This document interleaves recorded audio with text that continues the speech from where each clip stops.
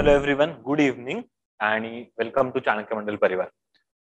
Foundation कोर्ससाठी आपण यावर्षी जे हे मॉड्यूल आपण घेतोय, या मॉड्यूलमध्ये स्पेशली फायनान्शियल लिटरसी याबद्दल सुरुवातीला मी बोलणार आहे की नक्की फायनान्शियल लिटरसी म्हणजे काय. त्याच्यानंतर फायनान्शियल लिटरसीसाठी किंवा फायनान्शियल अवेअरनेससाठी फायनान्शियल हे जे काही टूल्स अवेलेबल आहेत, हे टूल्स म्हणजे कुठले कुठले टूल्स आहेत. त्याच्यानंतर या टूल्स मधून तुम्हाला काय काय करता येऊ शकतं. आणखीन त्याच्यामध्ये आपण बोलणार आहोत की हे टूल्स फॉलो करताना कुठल्या गोष्टींकडे लक्ष द्यायचे, म्हणजे कोणते प्रिन्सिपल्स फॉलो करायचे. सो हा याचा एक ब्रीफ ओव्हरव्ह्यू द्यायचा मी प्रयत्न करणार आहे. आणि ऍट द सेम टाइम आजच्या सेशन मधून सुद्धा तुम्हाला हे फक्त आम्ही आजचं सेशन म्हणजे तुम्हाला की आम्ही पुढे काय घेणार आहोत असं नाही सांगणार आहे. तर आजच्या सेशन मधून सुद्धा तुम्हाला काही ना काहीतरी असं घेऊन जाता आलं पाहिजे की जे जसा आपला फाउंडेशन कोर्स आहे जो लाईफसाठी कामाचा आहे, लाईफ मध्ये आपल्याला तो उपयोगाला पडणार आहे, आपल्या आयुष्यात उपयोगाला पडणार आहे, तसं तुम्हाला हे सेशन सुद्धा तुमच्या आयुष्यात कुठेतरी उपयोग पडावी असा माझा उद्देश असणार आहे. सो आपण चालू करूया आपल्या सेशनला financial literacy. Now what do we mean by financial literacy. जरा एक आय थिंक माईक जरा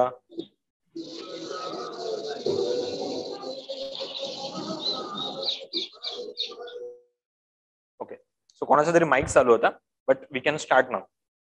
ओके. सो फायनान्शियल लिटरसी म्हणजे काय. तर आपण तुम्हाला माहिती असेल की आपण बऱ्याचशा अशा स्टोरीज ऐकलेल्या असतात की हा एक यशस्वी माणूस होऊन गेला. इलॉन मस्क नावाचा खूप यशस्वी माणूस आहे, सचिन तेंडुलकर खूप यशस्वी माणूस आहे, किंवा डॉन ब्रॅडमन खूप यशस्वी माणूस आहे, अशी आपण बरीचशी नावं ऐकलेली असतात. सो सक्सेसफुल माणूस, सक्सेसफुल यशस्वी माणूस म्हणजे याची डेफिनेशन नक्की तरी काय रे, की खूप लोकांनी आपल्याला ओळखलं म्हणजेच यशस्वी होत का. नाही. तर यशस्वी या शब्दाचा डेफिनेशन काय होतं, याचा अर्थ काय होतो, तर आपल्याला हवं असलेलं सगळं मिळवणं, याला आपण यशस्वी म्हणू शकतो. की माझे हे गोल्स होते आणि ते मी अचीव्ह केले. This is nothing but success, definition of success. आणि मग या सगळ्यामध्ये सगळ्यात महत्वाचा पॅरामीटर येतो तो म्हणजे पैसा. मला नाही वाटत कोणाला तुमच्यातल्या कोणाला पैशाचं महत्व सांगायची गरज आहे. डेफिनेटली नाहीये. पैशाचं महत्व कोणाला सांगायची गरज का नसते, कारण की हा इतका महत्वाचा भाग आहे आपल्या आयुष्यात. आणि यशस्वी माणसाच्या मागे पैशाकडे पण नीट बघायला लागतं. आणि हे नीट बघायला लागतं म्हणजे काय, की बाबा एवढे अमाऊंट ऑफ मनी, एवढा पैसा कमवला म्हणजे आयुष्यात सगळं कमवलं का, तर नाही.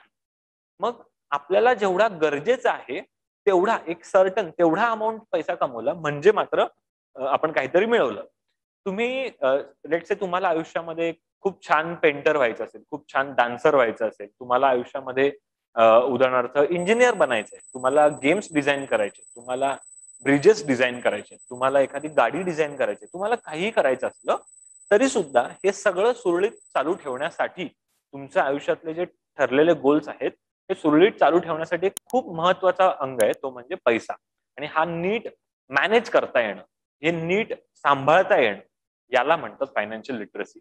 बेसिकली ही जी काही आर्थिक गणित आहेत, पैसे कुठे ठेवायचे, पैसे कसे ठेवायचे आणि ते पैसे कसे वापरायचे, या सगळ्यांचा अंदाज म्हणजे financial literacy.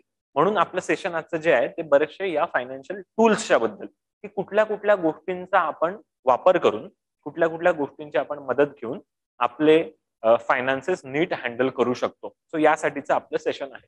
So financial literacy म्हणजे काय, तर आपल्याला या गोष्टींची गरज लागणार आहे. आता लक्षात घ्या, आज जगातले जे टॉपचे 5 जर आपण सगळ्यात श्रीमंत माणसं पाहिली तर त्याच्यामध्ये बरेचसे माणसं, उदाहरणार्थ बिल गेट्स येतो, इलॉन मस्क आहे, बेझॉस आहेत, असे बरेचसे माणसं येतात. त्यातलं एक नाव हे नेहमी आश्चर्यकारक असतं, ते म्हणजे वॉरन बफे. आणि हे याच्या आपण बऱ्याचशा स्टोरीज ऐकल्या असतात की वॉरन बफे हा जगातला एक खूप श्रीमंत माणूस आहे, त्याची इतकी संपत्ती आहे, तितकी संपत्ती आहे.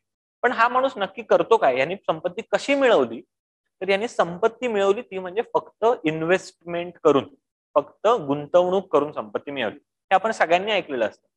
आता ह्यांनी गुंतवणूक कशी केली, तर तो वयाच्या 12व्या-13व्या वर्षी पेपर टाकायला चालू केलेलं त्याने. आणि पेपर टाकण्यामधून जी काही रक्कम त्याला मिळायची, जे काही इन्कम त्याचा होता, ती इन्कम त्याने कशा ना कशामध्ये इन्व्हेस्ट करत गेला. आणि आज तो या घडीला पोहोचलेला आहे की तो जगातल्या 5 सगळ्यात श्रीमंत माणसांपैकी एक आहे. आणि तो नेहमीच जगातल्या सगळ्यात श्रीमंत 10 माणसांपैकी एक असतो. हे कशामुळे पॉसिबल झालं, तर इन्व्हेस्टमेंटमुळे. हे त्याला काय कळालं, तो करत काय होता, तो न्यूजपेपरच विकत होता. पण त्याला कळालं की त्यांनी जो मिळवलेला पैसा आहे त्याच्यातून कसा पैसा उभा करायचा. बरोबर. अनफॉर्च्युनेटली आपण ज्या समाजवादी अर्थव्यवस्थेमधनं वरती आलो आणि आता आपण जे कॅपिटलिझमकडे जात चाललोय त्याच्यानुसार आपल्या मनावर कंटिन्युअसली बिंबवलेलं असतं की पैसा कमावणं, जास्त पैसा कमवला म्हणजे काहीतरी कोणतरी वाईट केलं, असं नाहीये. पैसा चांगल्या मार्गाने कमवला मग तो तुम्ही जास्त कमवला तर तो चांगलीच गोष्ट आहे, त्याला कोणी वाईट म्हणण्यात काही अर्थ नाही, बरोबर. सो हे पैशाने पैसा मिळवण्याचं जे गणित आहे त्याच्यासाठी आपल्याला काही गोष्टींची गरज लागणार आहे, त्या गोष्टी आपल्याला बघायच्यात आज. ठीक आहे. सो म्हणून आपलं सेशन, हे आजचं सेशन तुमचं फाउंडेशन कोर्समध्ये आपण हे पूर्ण मोठं मॉड्यूल घेणारच आहोत, त्यातले एका प्रत्येक गोष्टीवरती आपण जाणार आहोत. पण म्हणून आजच्या सेशनवरती आपण जास्त बोलणार कशावर आहोत, आपण बोलणार आहोत या फायनान्शियल टूल्स वरती आपण बोलणार आहोत. ठीक आहे, या फायनान्शियल टूल्स वरती आपण बोलणार आहोत. ठीक आहे. मग हे टूल्स जे आहेत हे कशाचे टूल्स आहेत आता लक्षात घ्या. माणूस हा लेट्स से तुम्ही आपण एक साधारणतः 20 ते 25 हा जर वयोगट पकडला तर साधारणतः 20 ते 25 किंवा 20 ते 30 पासून कमवायला चालू करतो आणि तो साधारणतः 55 ते 60 पर्यंत पैसे कमवतो, बरोबर आहे. पण ह्याच्या पुढच्या आयुष्यासाठी त्याला पैसे लागणार आहे, बरोबर, आणि तो त्यालाच कमवून ठेवायचा, बरोबर आहे. याचा अर्थ त्याला पुढेसाठी जो लागणारा पैसा आहे तो त्याला कमवायचा. दुसरं, याच्यामध्ये सुद्धा पैसा कमवत असताना अशा काही गरजा आहेत, ठीक आहे, की जिकडे त्याला पैसा लागणार आहे. ठीक आहे. सो असे पैशाचे आउटलेट खूप आहेत. ठीक आहे. कमवणार मात्र एवढ्याच पिरियडमध्ये.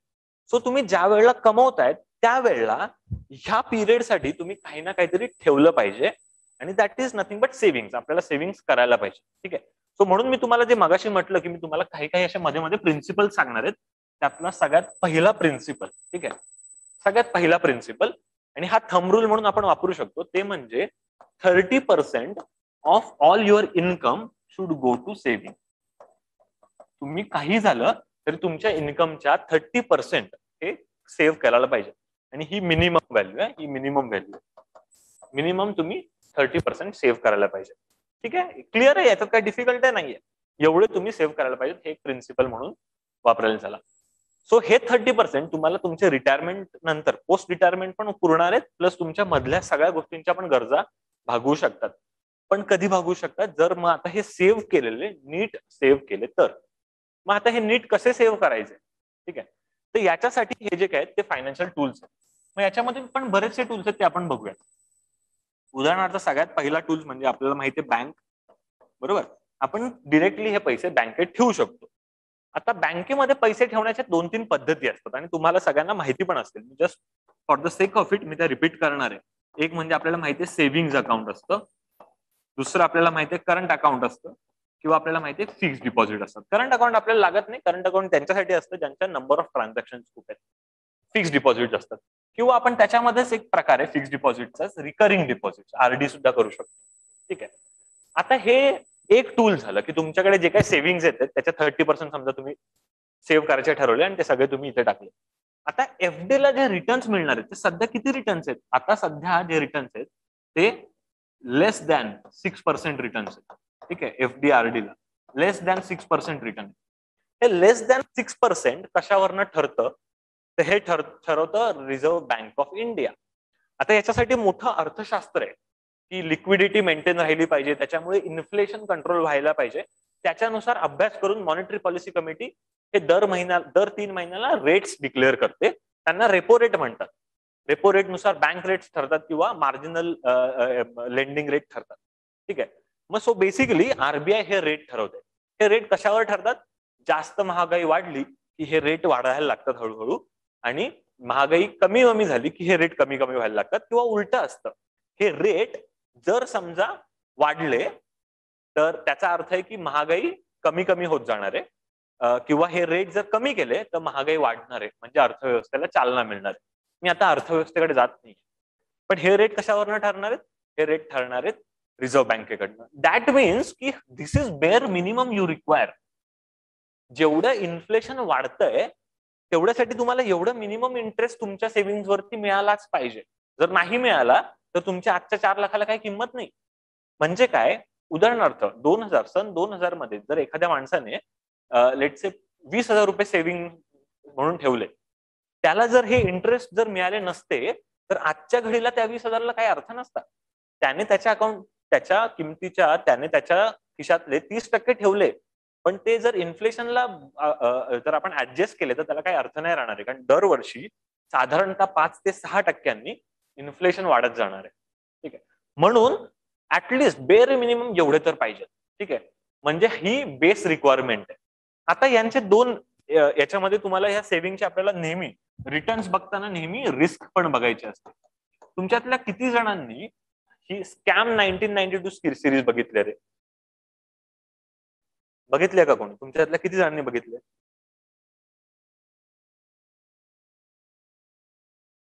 मला जस्ट याच्यावरती कळवा रे, तुमच्यातल्या किती जणांनी बघितले?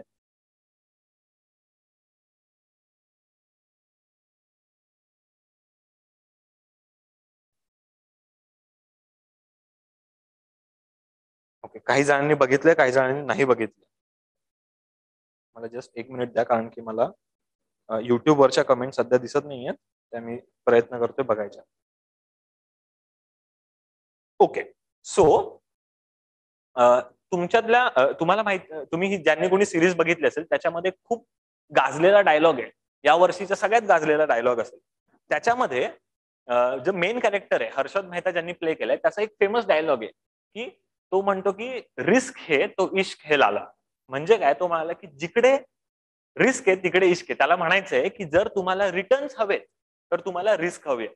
मी तुम्हाला जो पहिला प्रिन्सिपल सांगितला ना, त्याच्यातला हा दुसरा प्रिन्सिपल आहे, तो म्हणजे रिस्क जास्त तर रिटर्न्स पण जास्त. ठीक आहे. जर रिस्क कमी तर रिटर्न पण कमी. लक्षात येत आहे? तुम्हाला जर जास्त रिटर्न्स हवेत तर तुम्हाला रिस्क जास्त घ्यायला लागेल. तुम्हाला रिटर्न्स कमी चालतील पण रिस्क नकोय, तर मग ते ठीक आहे. ठीक आहे. सो आता बँक, जर तुम्ही सेव्हिंग्स बघितली तर रिटर्न्स कमी आहेत, त्यामुळे रिस्क. आपण काय म्हटलं मगाशी, पॅरामीटर काय आपण सेट केला की बेसिक आपल्याला एवढे लागणार आहे. ठीक आहे. 6% तर बेसिक आपल्याला काही करून कमवायचेच आहे. नाही कमवले तर आपला पैसा कमी होत चाललाय. ठीक आहे. हा म्हणजे आपण इन्फ्लेशनला ऍडजस्टिंग आहोत, पण त्याला काही वाढत नाहीये. ठीक आहे. सो रिस्क सगळ्यात कमी आहे. पण कधी जर तुम्ही एखाद्या सिक्युअर्ड बँकेमध्ये टाकत असाल, सिक्युअर्ड बँक, याच्यामध्ये रिस्क कधी आहे? लेट्स से तुम्ही टाकतायत एखाद्या कोऑपरेटिव्ह बँकेमध्ये. ठीक आहे. अशी कोऑपरेटिव्ह बँक की ज्याचे फायनान्शियल स्टेटस तुम्हाला माहिती नाहीये. उदाहरणार्थ लेट्स से की XYZ कोऑपरेटिव्ह डिस्ट्रिक्ट कोऑपरेटिव्ह बँक, जी चालवली जाते कुठल्या तरी एका लेट्स से पॉलिटिशियन कडनं, किंवा जी चालवली जाते कुठल्या तरी इंडस्ट्रियलिस्ट कडनं, जो त्याचे जे काही बिझनेसेस आहेत त्या तालुक्यातले, जिल्ह्यातले, त्यांच्यासाठी कर्ज निर्माण, म्हणजे कर्ज देण्यासाठी म्हणून ही बँक वापरतोय. तर प्रॉब्लेम आहे. ठीक आहे. तुम्हाला कितीही त्याचे बिझनेस रस्त्यावरती दिसत असले आणि तुम्ही म्हणत असलात की ठीक आहे बिझनेस तर चांगले चाललेत, बँक कधी डुबणार नाही, पण रिस्क आहे. ठीक आहे. म्हणून अशा कोऑपरेटिव्ह किंवा अशा पतपेढ्या, अशा सहकारी संस्था तुम्हाला जास्त रिटर्न्स देतात, डेफिनेटली देतात, पण तुम्हाला रिस्क पण देतात. ठीक आहे. वेअर ॲज मग तुम्हाला जर बँकेतच ठेवायचे तर मग अशा बँकेमध्ये जा की ज्या फेल नाही होणार. कुठल्या बँका? उदाहरणार्थ स्टेट बँक ऑफ इंडिया, उदाहरणार्थ HDFC बँक, उदाहरणार्थ ICICI बँक. अशा काही बँका आहेत त्यांना टू बिग टू फेल असं म्हटलं जातं, की एवढ्या मोठ्या आहेत की त्या कधी फेल नाही होणार आहेत. ठीक आहे. स्टेट बँक ऑफ इंडिया कधी फेल नाही होऊ शकत. ज्या दिवशी भारतामध्ये state bank of India fail होईल किंवा स्टेट बँक ऑफ इंडिया बुडेल, त्या दिवशी भारतामध्ये रस्त्यावरती लोक एकमेकांना मारत असणार आहेत. आणि असं कधी होणार नाही, अर्थातच होणार नाही. सो इतकी मोठी बँक झाली की असं कधी होणार नाही. म्हणून आपल्याला यांच्या इकडे ठेवायचं नाहीये. ठीक आहे. बँकांबद्दल झालं. बँकांमध्ये जर ठेवायचं झालं तर कुठे ठेवायचं तुम्हाला मी एक इन्स्ट्रुमेंट सांगून दिलं, फिक्स डिपॉझिट सांगितलं, RD सांगितलं. आता मी तुम्हाला घेऊन येतो आणि तुमच्यातले बरेच जण ज्याच्यासाठी सेशनला आलेही होते आणि ज्याच्यासाठी या सेशन बद्दल मला बऱ्याच जणांनी बोलले पण होते की दादा याच्यावरती बोल म्हणून, ते म्हणजे दुसरा ऑप्शन, तो म्हणजे शेअर मार्केट. ठीक आहे. आणि बऱ्याच जणांना याच्यावरती शंका असतात की नक्की काय असतं शेअर मार्केट, म्हणजे सट्टा बाजार आहे का? शेअर मार्केटमध्ये प्राइजेस कशा बदलतात? नक्की आपल्याला हे कसं इन्व्हेस्ट करायचं, काय असतं काय असतं? मी ह्याचे तुम्हाला बेसिक सांगायचा प्रयत्न करणार आहे ह्या सेशनमध्ये. ठीक आहे. आणि ह्या बेसिक्स वरनं आपल्याला तुम्हाला जितकं जास्त मी मदत करू शकेल तेवढं फायदा होईल. मग त्याचे आपण काही काही डिटेल्स बघूयात, डेफिनेटली बघूयात. ठीक आहे. शेअर मार्केट, आपल्याकडे शेअर मार्केटकडे असं बघितलं जातं की हा एक गॅम्बल आहे, इथे नेहमीच गॅम्बल, म्हणजे इथे नेहमीच प्रॉब्लेम चालू असतात, कधी पडतो कधी वाढतो. स्पेशली आपण मराठी माणसं, आपण मराठीमध्ये बोलतोय म्हणून मला माहितीये युट्यूब वरती वाईड ऑडियन्स, स्टील आपल्याला मनामध्ये खूप भीती असते की अरे काय हा सट्टा बाजार आहे, हा इथे इथे सगळं लकचा गेम आहे, असं असं आपण इमॅजिन करतो. हे सगळं नाहीये. हे का नाहीये हे सांगायचं मी आत्ताच्या सेशन मध्ये तुम्हाला प्रयत्न करणार आहे. शेअर मार्केट म्हणजे काय रे? तर नॉर्मली जे मार्केट्स आहेत ना, ठीक आहे, तुम्हाला एखादी मंडई माहिती असेल, तुम्ही मंडई ऐकलं असेल बरोबर. आपण पुण्यामध्ये जर असाल तर आपल्याला माहिती असेल बऱ्याचशा मंडई आहेत. मंडई म्हणजे काय? एक मार्केट ज्याच्यामध्ये बरेचसे सेलर्स असतात, ठीक आहे, आणि बरेचसे बायर्स पण असतात. बरेचसे सेलर्स असतात आणि बरेचसे बायर्स सुद्धा असतात, ठीक आहे. हे सेलर्स आणि बायर्स मध्ये कंटिन्युअसली ट्रान्झॅक्शन चालत असतात, बरोबर ना. काही जण कांदे विकतात, काही जण बटाटे विकतात, काही जण टोमॅटो विकतात, बऱ्याचशा भाज्या विकतात, ठीक आहे. आणि विकत घेणारे पण बरेचशे गोष्टी विकत घेत असतात. असंच एक बाजार आहे. सो ही मंडई आहे. फक्त ह्या आपण जी नॉर्मल मंडई बघतो त्याच्यामध्ये पेरिशेबल आयटम्स असतात. जे आयटम्स आपण घरी घेऊन जातो, त्याची भाजी बनवतो आणि संपवून टाकतो. या मार्केटमध्ये पेरिशेबल आयटम्स नाही आहेत. या मार्केटमधली गोष्ट ही कंटिन्युअसली विकली जाणारी गोष्ट आहे. तुमच्यापैकी, समोर माझ्या जे ऑडियन्स आहेत तुमच्यापैकी किंवा ऑनलाईन ऑडियन्स पैकी किती जण ग्रामीण भागातले आहेत रे? मला जरा कळू दे किती जण ग्रामीण भागातले आहेत. काही जण डेफिनेटली ग्रामीण भागातले आहेत. Yes, sure. सो या ग्रामीण भागातल्या जे आपली सगळे विद्यार्थी आहेत यांना नक्की कळणार हा मी जो रेफरन्स देतो तो म्हणजे तुमच्यातल्यांनी बऱ्याच जणांनी किंवा तुमच्यातले जे ग्रामीण भागातले त्यांनी सगळ्यांनी बैल बाजार बघितला असेल बघा. बैल बाजार बघितला असेल, बरोबर की नाही? बैल बाजार बघितला असेल. बैल बाजारामध्ये काय होतं की हे जे सेलर्स आहेत, ठीक आहे, बेसिकली कुठला तरी शेतकरी त्यांचे बैल घेऊन येणार, इकडे एक एजंट असतो, ठीक आहे, तो एजंट त्याची बोली लावतो आणि इकडे जे विकत घेणारे असतात, ठीक आहे, मग हे याच्याकडे लावून जाऊन त्याला बोली लावतात, ठीक आहे, की मला हा बैल इतक्या रुपयाला विकत घ्यायचा. दुसरा बोलेल की मला इतक्या रुपयाला घ्यायचे, तिसरा बोलेल की मला इतक्या रुपयाला घ्यायचे, चौथा बोलेल की मला इतक्या रुपयाला घ्यायचे. आणि त्याची किंमत कशी ठरवते? त्याची किंमत कशी ठरते? ठीक आहे, त्याची किंमत ठरते डिमांड आणि सप्लाय वरनं, बरोबर. आता हे डिमांड सप्लायचं गणित मी जरा एकदाच तुम्हाला फक्त समजावतो. मला माहिती तुमच्यातल्या बऱ्याच जणांना माहिती असेल तरी सुद्धा समजावतो, कारण की आपल्याला बऱ्याच ठिकाणी लागणार आहे. डिमांड सप्लाय म्हणजे काय?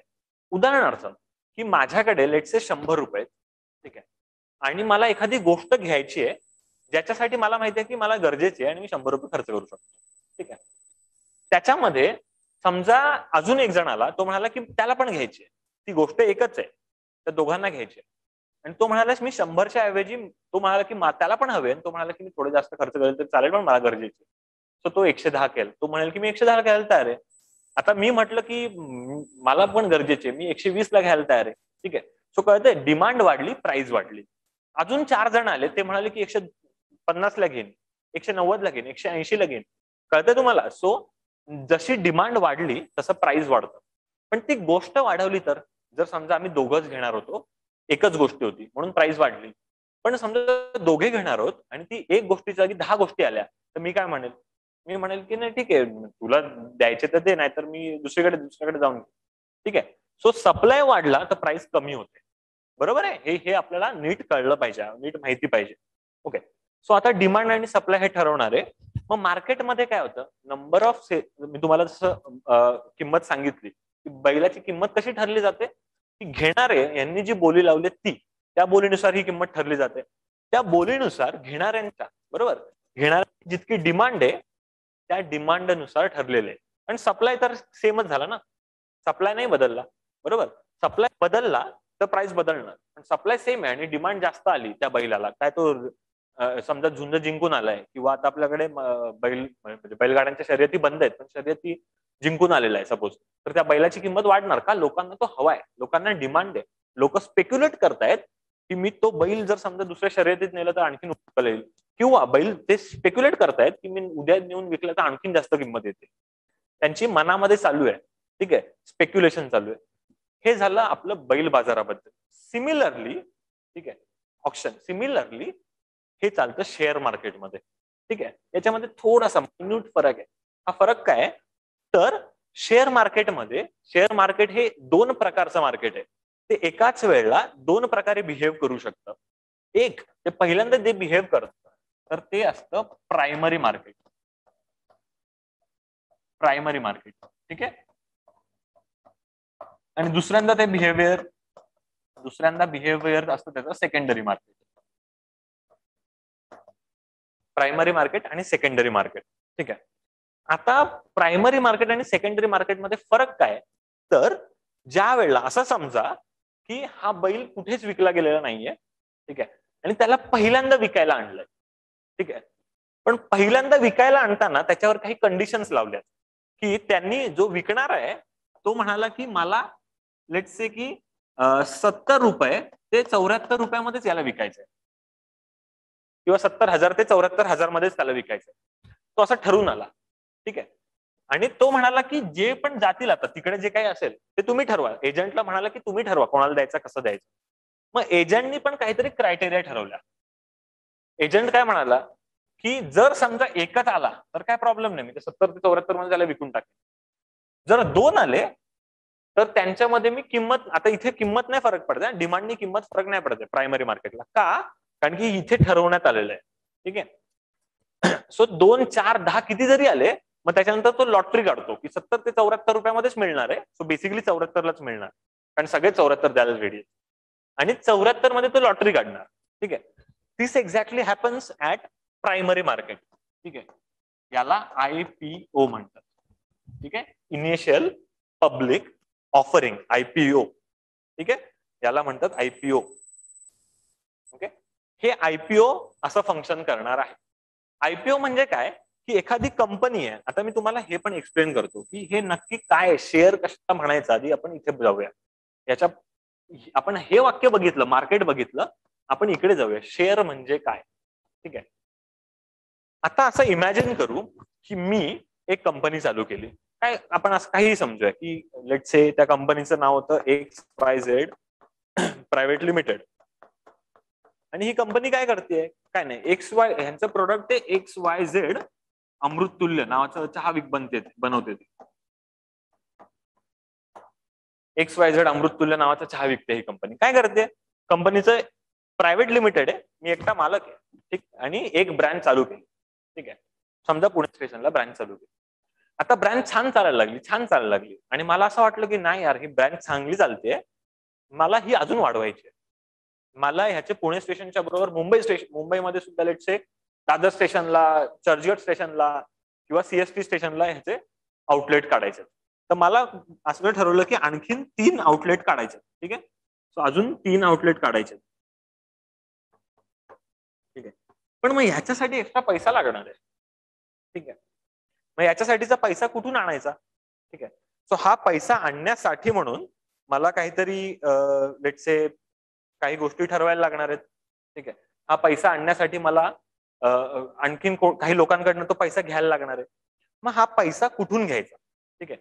मी याच्यासाठी आणखीन माझ्या एका मित्राला विचारलं की अरे तू मला जरा पैसे देतो का? तो म्हणाला मी असंच का देऊ, मला पण तुझ्या कंपनीचा मालक बनव. तर मी हे 3 मित्रांकडनं आणखीन पैसे उचलले आणि ह्या 3 मित्रांना इथे कंपनीचा मालक बनवला, ठीक आहे. अगोदर मी एकटा ह्या कंपनीचा मालक होतो, तेव्हा मी 100% मालक होतो. आता हे आणखीन 3 आले म्हणजे आता माझी मालकी कमी झाली 25% वर, बरोबर. असे सगळ्यांकडे 25% आले, बरोबर, सगळ्यांकडे 25% आले. सो आता हा माझा शेअर आहे जो 100% वरनं 25% आला, ठीक आहे. मी अजून 10 ब्रँचेस चालू करायचं ठरवलं, ठीक आहे. या 10 ब्रँचेस चालू करताना, ठीक आहे, मी जर 10 ब्रँचेस चालू केल्या तर मला आणखीन किंमत पैसे लागणार आहेत. मी आणखीन लोकांना शोधतोय की तुम्ही कंपनीचे मालक बना, पण मला एवढे पैसे कंपनीमध्येच गोळा करा. आणि मी बेसिकली मालकी शेअर काय केली, मला माहितीये कंपनी दर महिन्याला रेटचे 40% रिटर्न देते, तर मी हे 40% आता मला मिळत आहेत ते 40%च मिळणार आहेत. पण ह्याला पण मिळतील, ह्याला पण मिळतील, ह्याला पण मिळतील, 40%च मिळतील, पण ऍटलीस्ट नंबर हळूहळू वाढत जाईल, ठीक आहे. सो मी कंपनीचे मालक वाढवत गेलो, ठीक आहे. एक पॉइंट असा आला की माझे मित्र संपले. माझे मित्र म्हणाले की आता आम्ही नाही टाकत, आता कोण मित्रच नाही उरलं. ते म्हणाले की सगळे मालक झाले, उरले नाहीत. पण मला आता भारतभर याच्या ब्रँचेस 1000 ब्रँचेस चालू करायचे आणि मला एवढा मोठा पैसा करायचा. मग कसं केलं? तर मी काय करणार, मी हे जनरल पब्लिकला, भारतामधल्या जनरल पब्लिकला म्हणणार की या तुम्ही मालक व्हा. सो मालक होण्यासाठी मी माझ्या मित्रांना जे दिलं दॅट वॉज शेअर ना, शेअर दिलं ना, मी एक समभाग दिला ना, मी एक इक्वल पार्टनरशिप दिली ना. तसं मी या कंपनीचा एक वाटा, ठीक आहे, या कंपनीचा एक वाटा लेट्स से मी म्हटलं की 25% मालकी मी लोकांना द्यायला तयार आहे, ठीक आहे. मी म्हटलं त्याच्या बदल्यामध्ये मला हवेत 2500 करोड रुपये, ठीक आहे. आणि मी याच्यासाठी 2500 लेट से मी याच्यासाठी म्हटलं की आपण असं म्हणूया की 25 लाख मी त्याचे तुकडे केले, त्या ह्या शेअर्सचे मी तुकडे, हा जो मोठा शेअर होता ह्याचे तुकडे केले 2500, प्रत्येक तुकडा लाख सेम किंमत, ठीक आहे. म्हणून ह्यांना म्हटलं जातं शेअर, ठीक आहे. सो हा एक शेअर म्हणजे काय, तुम्ही ज्या वेळेला कंपनीची मालकी घेता, तुम्ही ज्या वेळेला म्हणता की कंपनीचा मी एक शेअर विकत घेतला, दॅट मीन्स तुम्ही कंपनीचे तेवढ्या पर्सेंटेज साठी, एक म्हणजे 1% नाही पण तेवढ्या पर्सेंटेजचे मालक बनलात. म्हणजे उदाहरणार्थ मी जर रिलायन्सचा आज एक शेअर विकत घेतला तर मी काहीतरी 0.00003% का होईना पण रिलायन्सचा मालक आहे. लक्षात येतंय? सो तुम्ही बेसिकली मालकी घेताय, एवढं लक्षात आलं?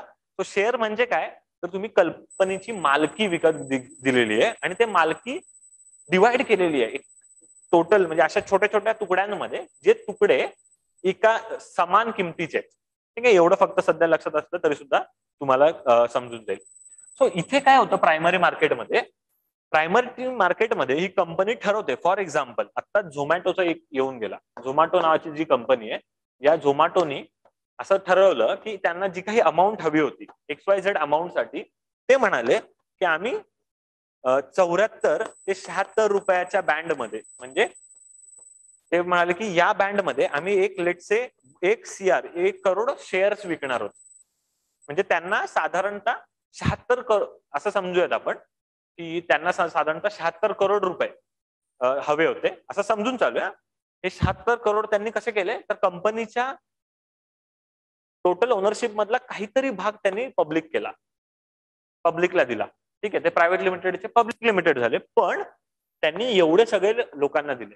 पण त्यांनी पहिली क्रायटेरिया काय, की त्यांनी हे ठरवून दिलं की 74 ते 76 ते पहिल्यांदा विकताना, ज्या वेळेला झोमॅटो हा शेअर विकणार आहे, कंपनी हा शेअर विकणार आहे, त्यावेळेला ते विकताना 76च्या वर नाही जाणार आहे. म्हणजे काय, आयपीओ मध्ये प्रायमरी मार्केटमध्ये सेलिंग प्राइस ठरलेली असते, त्याच्यावर जात नाही, ठीक आहे. मग काय होतं, आता फॉर एक्झाम्पल 1 करोड शेअर आहेत आणि जर समजा 60 करोड लोकांनी ते मागितले, की आम्हाला 60 करोड लोक म्हणाले की आम्हाला ते शेअर हवेत, तर ते सगळ्यांना तर मिळणार नाही. मग याच्यासाठी बरेचसे क्रायटेरिया आहेत, पण सिम्प्लिफिकेशन साठी सांगतो, एवढ्या मोठ्या प्रमाणात जर समजा हा सबस्क्राईब झाला, तर ही एवढ्या मोठ्या प्रमाणात सबस्क्राईब जर झाला तर मग ती लॉटरी पद्धतीने तो दिला जातो. म्हणजे ते मिळणार 1 करोड लोकांनाच, ठीक आहे. आता तुम्ही इमॅजिन करा की प्रायमरी मार्केट झालं. आता हे प्रायमरी मार्केटमध्ये तुम्हाला मी ऑलरेडी सांगितलं, ठीक आहे. By the way share price कशी डिसाइड होते, हा जो एक प्रश्न आलाय, मी त्या आधी प्रश्नावरती जातो. आणि खूप छान प्रश्न विचारलाय आदित्यने, ठीक आहे. सो मी पहिल्यांदा आपण त्या प्रश्नाकडे जाऊ. आय होप हे तुम्हाला सगळं क्लिअर कळालेलं असणार आहे.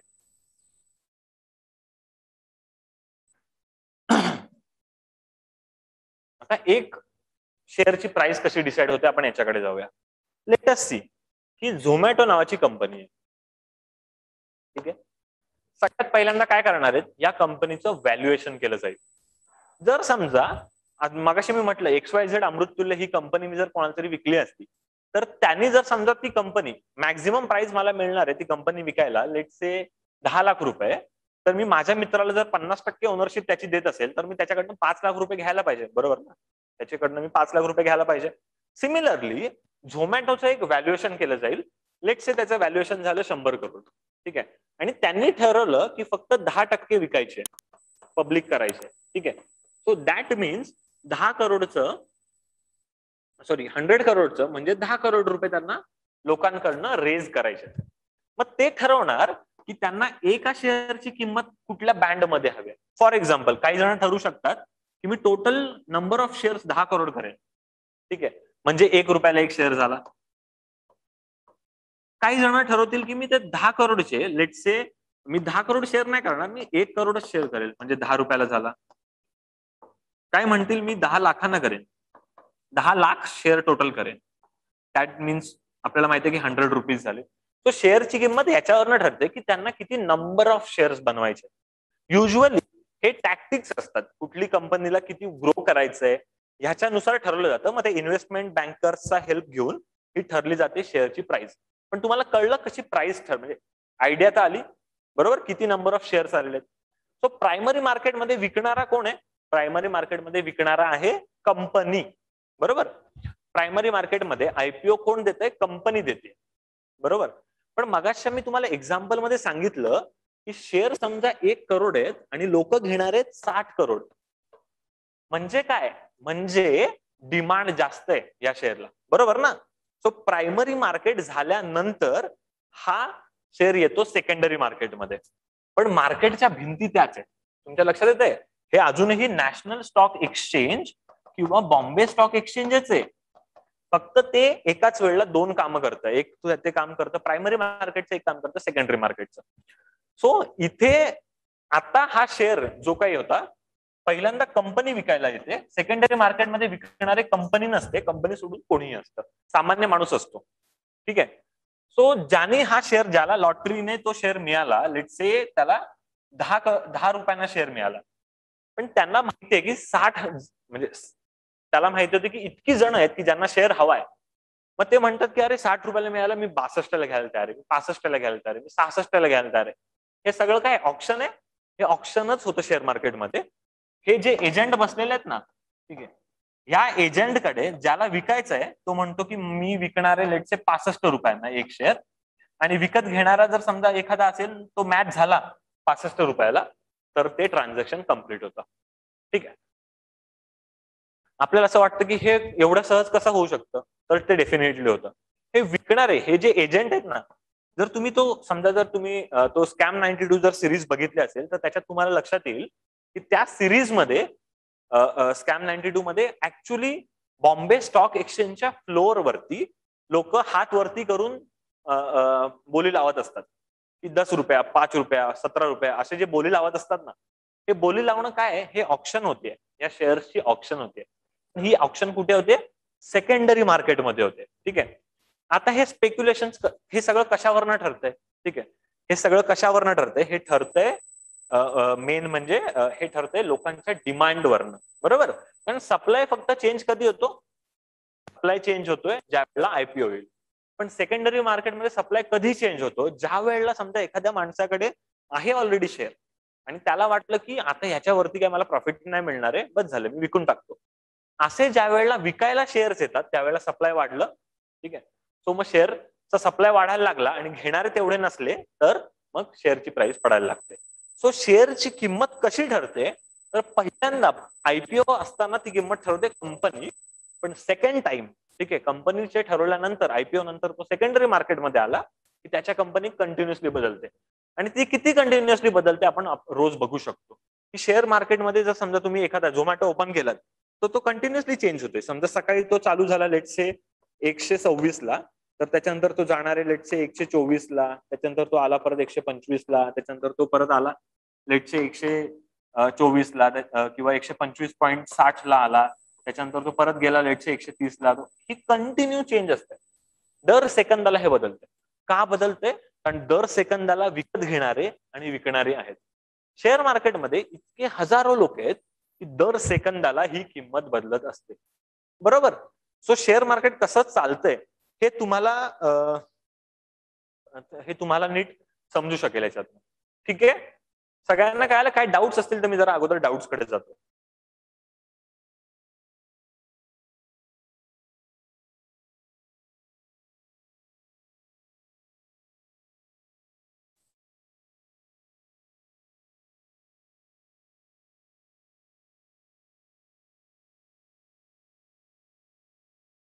ज्यांना शेअर प्राइस पुन्हा एकदा हवे ते व्हिडिओ नंतर बॅक मागे करून बघू शकतात. सो आय डोंट थिंक आपण त्याच्यात परत आता वेळ घालवायची गरज आहे.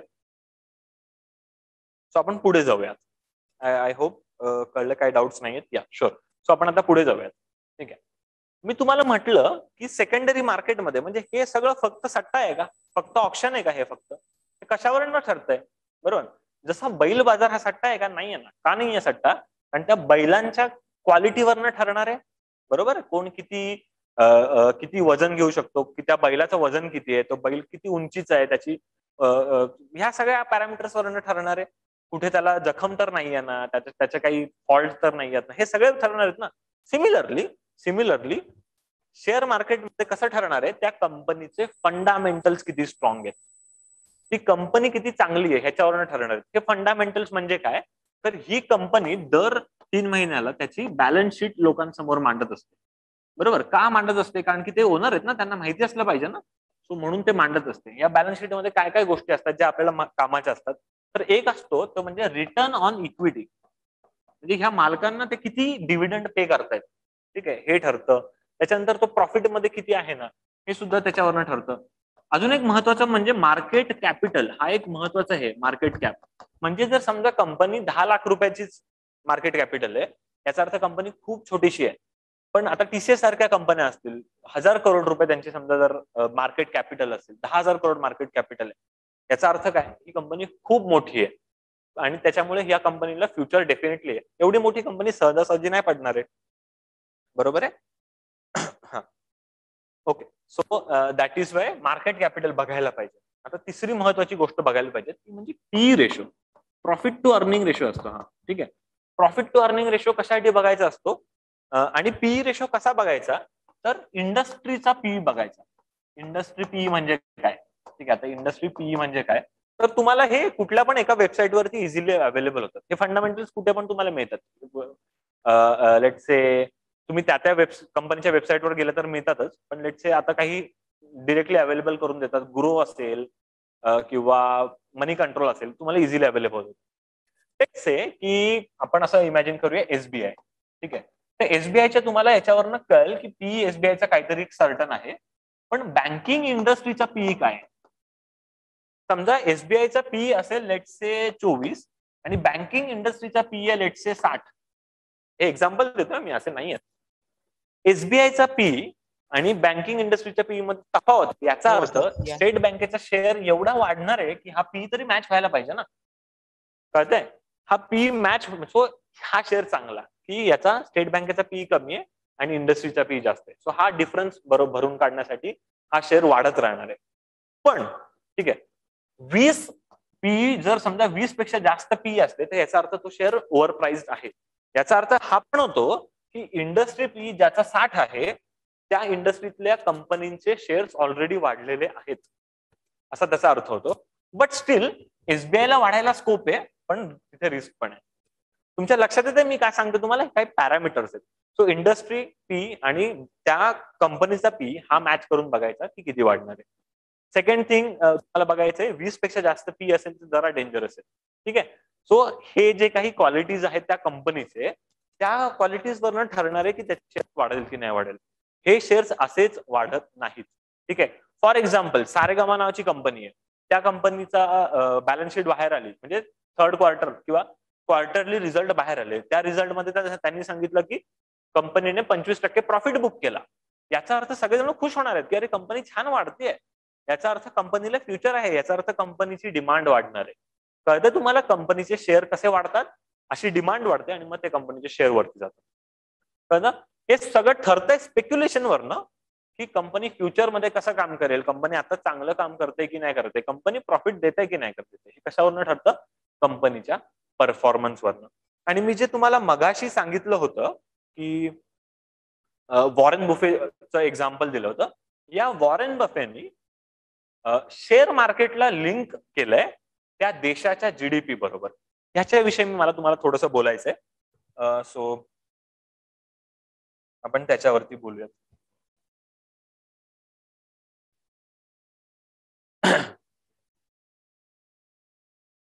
आता लक्षात ठेवा, आपण एखाद्या कंपनीचा जीडीपी बघू, सॉरी एखाद्या कंट्रीचा जीडीपी बघू आणि त्या कंट्रीचे शेअर मार्केटची ग्रोथ बघू, ठीक आहे. आणि जीडीपी पेक्षा पण मला जीडीपीचा ग्रोथ रेट इंटरेस्टेड वाटतो, किंवा interested in the growth rate, ठीक आहे. For example let's say USA, याचा जीडीपी ग्रोथ रेट काय आता 2 ते 4%, ठीक आहे. शेअर मार्केट किती वाढतोय आपण हे बघूयात पुढे, ठीक आहे. त्याच्यानंतर let's say Japan, GDP growth rate 1 to 2%. Germany, GDP growth rate again 1 to 2%. China, GDP growth rate आता कुठेतरी 4 to 6% आहे, ठीक आहे. आणि in the end of course our India GDP growth rate 6 to 8%. आता तुम्ही ह्यांचे जर शेअर मार्केट बघितले तर तुमच्या लक्षात येईल की युएसएचं शेअर मार्केट सुद्धा वाढतंय, साधारणतः 2 to 4%नीच वाढतंय. जपान 1 to 2%नीच वाढतंय. जर्मनी 1 to 2%नीच वाढतंय. चायना 3 to 5%नीच वाढतंय. इंडिया वेरॅज 6 to 8 to 10%नी वाढतंय. ठीक आहे. That means we can see the correlation here. ठीक आहे. वॉरेन बफेचं म्हणणं आहे की जीडीपी ग्रोथ जसा आहे ना तसा शेअर मार्केट पण वाढतोय. ठीक आहे. याचा अर्थ युएसएच्या लोकांनी शेअर मार्केट मधनं टाकले पैसे तर त्यांना रिटर्न साधारणतः एवढे मिळणार आहेत. जपानच्यांना एवढे मिळणार आहेत. जर्मनीच्यांना एवढे मिळू शकतात. एवढे मिळण्यापेक्षा मिळू शकतात. इंडियाला एवढे मिळू शकतात. सगळ्यात इंडियामध्ये पैसे टाकणं चांगलं आहे की वाईट आहे तर रॅदर आत्ताच हाच वेळ आहे. ठीक आहे. युएसएचं 1970s मध्ये जो ग्रोथ रेट होता तो 6 to 8% होता 1950च्या आसपास. जपान 1970 ते 1990 मध्ये होतं. चायना साधारणतः 1990 ठीक आहे ते 2000 लेट्स से 10 पर्यंत होतं. आता स्टेबलाइज झालंय.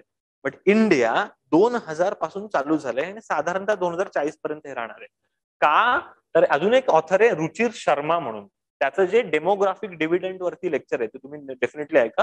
त्याच्यानुसार त्याचं म्हणणं आहे की डेमोग्राफिक डिव्हिडंड जोपर्यंत पॉझिटिव्ह असतो तोपर्यंत तो देश ग्रो करतो. एकदा डेमोग्राफिक डिव्हिडंड संपला की तो देश स्टेबल होतो. जपानचा संपलाय, जर्मनीचा संपलाय, चायनाचा संपला, आता रिसिडिंग चालू झालं. युएसएचा पण स्टेबल आहे पण रिसिडिंग चालू झालं. इंडियाचं संपणार आहे 2040-2045. ठीक आहे. So now we are living in the time zone where we have to get the benefit out of share market. का? कारण की हे मिळणारे फक्त हे. So basically this opportunity share मार्केटची ही फक्त आपल्या जनरेशनला आहे किंवा आपल्या नंतरच्या 2 जनरेशनला आहे. Then after we don't know. ठीक आहे. सो म्हणून इंडियाच्या शेअर मार्केटमध्ये आणि याचं अनफॉर्च्युनेटली इंडियन सोडून सगळ्यांना हे कळतंय. फक्त कळत नाहीये आपल्याला. इंडियामध्ये जे फॉरेन आता याला म्हणतात FII फॉरेन इन्स्टिट्यूशनल इन्व्हेस्टर. ठीक आहे. सो फॉरेन इन्स्टिट्यूशनल इन्व्हेस्टर म्हणजे काय की जे फॉरेन मधून इंडियामध्ये येऊन इन्व्हेस्ट करतायत. तर आपण ह्यांना कॅप लावली आहे. आपण म्हणतोय 50% वरती लोकांनी इंडियाच्या मार्केटमध्ये येऊन नाही घ्यायचं. 50% वरच्यांना आपण विकू देत नाही. आपण म्हणतो की लोक जे येत आहेत इंडियामधले शेअर्स विकत घ्यायला आपण सगळ्यांना देतोय का? नाही देतोय. याचा अर्थ बाहेरच्या लोकांना कळतंय की इंडियाच्या मार्केटमध्ये पैसे टाकले पाहिजेत. ठीक आहे. पण अनफॉर्च्युनेटली आपल्या लोकांना ते कळत नाही. लक्षात येतं तुम्हाला? बाहेरच्यांना इंडियातले शेअर विकत घ्यायचे. का घ्यायचे? त्यांना प्रॉफिट इथे एवढाच मिळतोय, इंडियामध्ये एवढा मिळतोय. ठीक आहे. So Indian share market is now at the point where it is going to give benefits. But म्हणून काय तुम्ही सगळ्यांनी आत्ताच्या आता जाऊन पैसे टाकायचे का? तर नाही. मग शेअर मार्केट बघा आधी. प्रत्येक बरं बाय द वे एकाने कोणीतरी प्रश्न पण विचारलाय म्हणून मी आधी त्याच्याकडे जातो.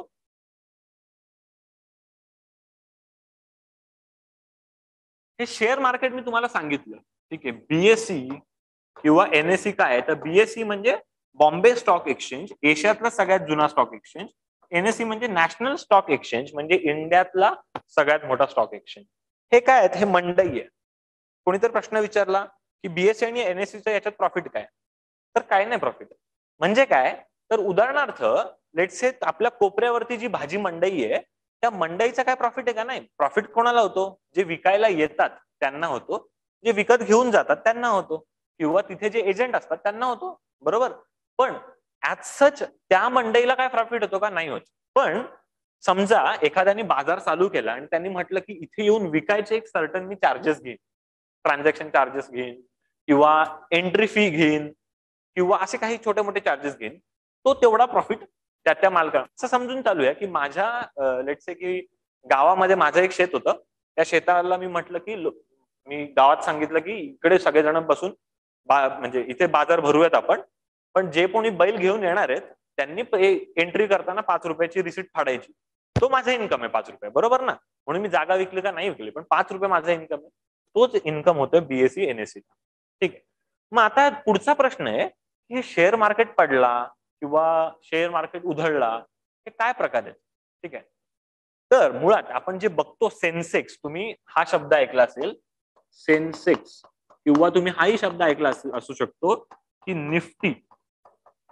हे काय आहेत तर याला म्हणतात इंडायसेस किंवा इंडेक्स. इंडेक्स म्हणजे काय? इंडेक्स असते डायरेक्शन दाखवणारी. ठीक आहे, म्हणून आपल्याला इंडेक्स फिंगर म्हणतो ना. का म्हणतो? की आपण त्याने डायरेक्शन दाखवतो, बरोबर ना. सो डायरेक्शन दाखवण्यासाठी असते. म्हणजे काय? असा एक नंबर जो शेअर मार्केटमध्ये काय झालंय याचं डायरेक्शन दाखवतो.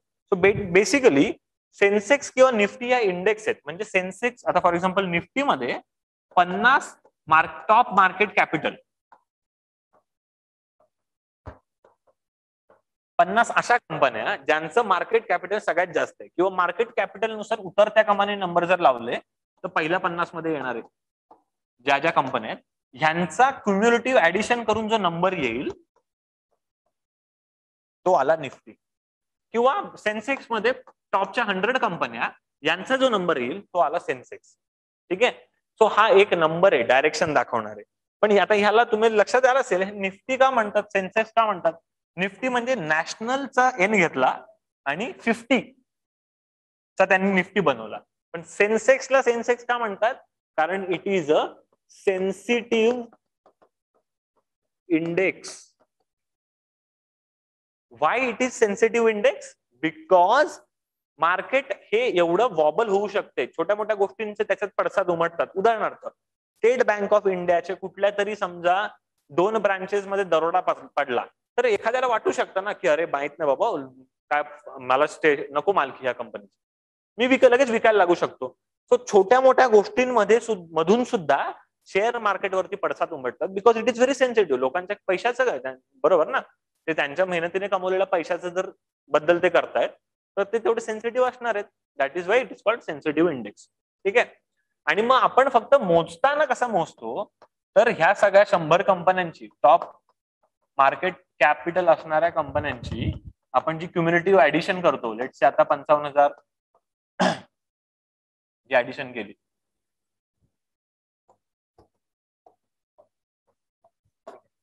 ही शेअर मार्केटची इंडेक्स आहे. ठीक आहे. Okay, so this is how it works.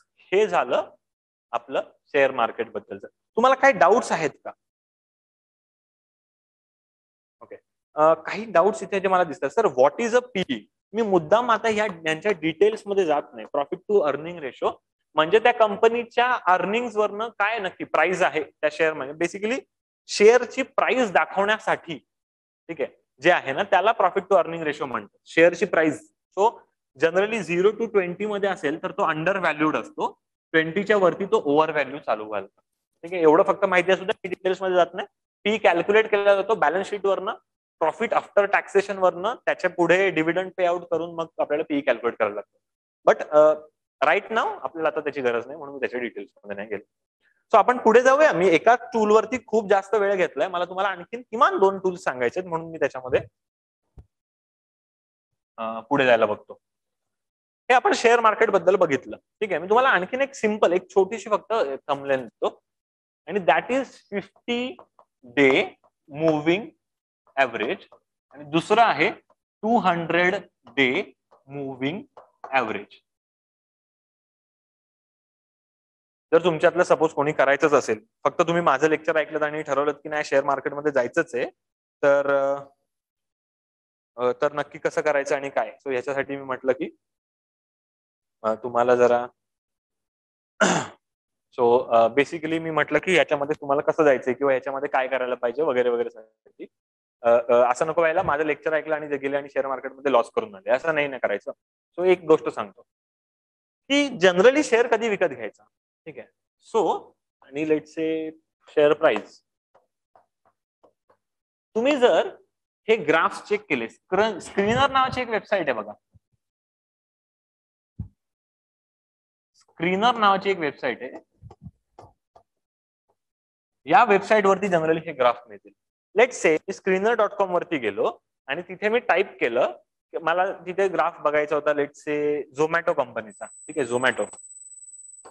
आता झोमॅटो आत्ताच आले, एक्झाम्पल म्हणून घेतोय. तर त्याचा तुम्हाला मग एक असा ग्राफ दिसेल. या ग्राफ मध्ये तुम्हाला दिसेल, सो बेसिकली ते 0 to लेट्स से 400 पर्यंत याचं ग्रेडिंग आहे. ठीक आहे. सो इथे तुम्हाला काय दिसेल की कंपनी चालू झाली लेट्स से 74 पासून. ठीक आहे. किंवा 74 नंतर तो डिरेक्टली गेला 114 पासून. ठीक आहे. तुम्हाला दिसेल शेअर मार्केट शेअरची प्राइस अशी आहे, त्याच्यानंतर हा शेअर असा गेला, त्याच्यानंतर सपोज हा शेअर असा गेला, त्याच्यानंतर हा शेअर असा गेला, हा शेअर असा गेला, असा कंटिन्युअसली जातोय ना तो शेअर. बट हा शेअर जाताना तर मी तुम्हाला जस्ट दाखवण्यासाठी दाखवला की let's say number of days येते किंवा नंबर ऑफ मंथ आहेत. ठीक आहे. लेट्स से की मी महिन्याचे तुम्हाला सांगितलं. ठीक आहे.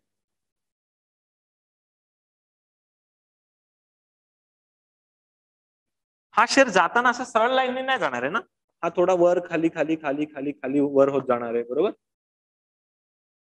हा असा जाणार आहे.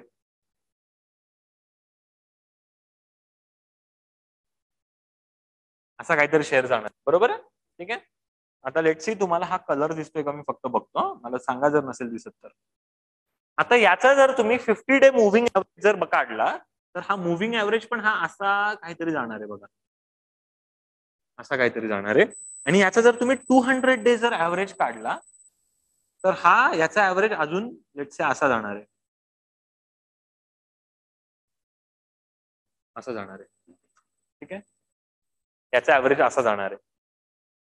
आता याचा अर्थ काय होतो, ज्या वेळेला ह्या गोष्टी मॅच करतात, ज्या वेळेला हे जे मॅचिंगचे पॉइंट आहेत बघा, मॅचिंगचे पॉइंट आहेत बघा, जिकडे शेअर मार्केटची प्राइस 50 डे मुव्हिंग ऍव्हरेजला मॅच करते ना, त्याच्यानंतर त्याच्यातला म्हणजे बेसिकली एक पॉइंट येतो जिकडे ती मॅच करते, दुसऱ्या पॉइंटला ती परत वाढत जाणार आहे, परत ती मॅच करणार आहे, परत वाढत जाणार आहे. ठीक आहे. आणि हा जो 50 डे मुव्हिंग ऍव्हरेज आहे हा असा राहणार आहे. म्हणजे जर समजा आजच्या घडीला तुम्ही जर बघितलं झोमॅटोचा समजा मुव्हिंग डे, तर तुम्हाला एकतर हे असं यातलं काहीतरी दिसेल. सो तुम्हाला कळेल की जर समजा ती इक्वल असेल तर ती वाढत जाणार आहे. तुम्हाला शेअरची प्राइस जर खाली दिसली तर ती उद्या 50 डे मुव्हिंग ऍव्हरेजच्या इथे जाणार आहे. सो शेअर कधी विकत घ्यायचा, तो विकत घ्यायचा ज्या वेळेला शेअरची प्राइस एकतर ह्यांच्यापेक्षा कमी पाहिजे किंवा ऍटलिस्ट ह्यांच्या बरोबर पाहिजे किंवा त्यांच्यामधला डिफरन्स कमी पाहिजे. ज्या वेळेला शेअरची प्राइस आणि ह्यांच्यातला डिफरन्स खूप जास्त असतो त्या अर्थी तो शेअर पडणार आहे, तो वाढणार नाही. लक्षात येते कधी घ्यायचं. मी जे काही बोललो आता ते नंतर हवं तर तुम्ही पुन्हा एकदा मागे करून बघा आणि तुम्हाला लक्षात येईल त्याच्यामध्ये. पण असे बरेचसे त्याच्यामध्ये तुम्ही स्क्रीन्स वापरू शकता, त्याच्यामध्ये बरेचसे असे कॉम्प्लिकेशन आहेत. ठीक आहे. मग हे कॉम्प्लिकेशन जर तुम्हाला नको हवे असतील तर काय करायचं. उदाहरणार्थ फॉर एक्झाम्पल की मी काय बाबा सीए नाहीये, मी काय कॉमर्स बॅकग्राऊंडचा पण नाहीये आणि मी एमबीए फायनान्स पण नाहीये, काय नाहीये, मला काय अकाउंट्स बद्दल काय माहिती नाही, तर कसं ट्रॅक ठेवायचं हे आणि कुठे शोधत बसायचं. तर मी असं म्हणतो यार कोणीतरी समजा तुमच्यातलं उद्या कोणतरी म्हणालं दादा एक काम कर, तूच हे सांग आम्हाला. आणि जसं की कोणतरी विचारलं की काहीतरी टिप्स द्या, कोणीतरी आता विचारतंय की कुठला शेअर विकत घेऊ, हे तुम्ही समजा असं म्हणताय. तर असं जर मी तुम्हाला सांगितलं की असे पण काही माणसं आहेत की ते हे तुमच्यासाठी कामं करतायत. म्हणजे काय, एक कोणतरी लेट से MIT मधून ग्रॅज्युएट होऊन आला. ठीक आहे.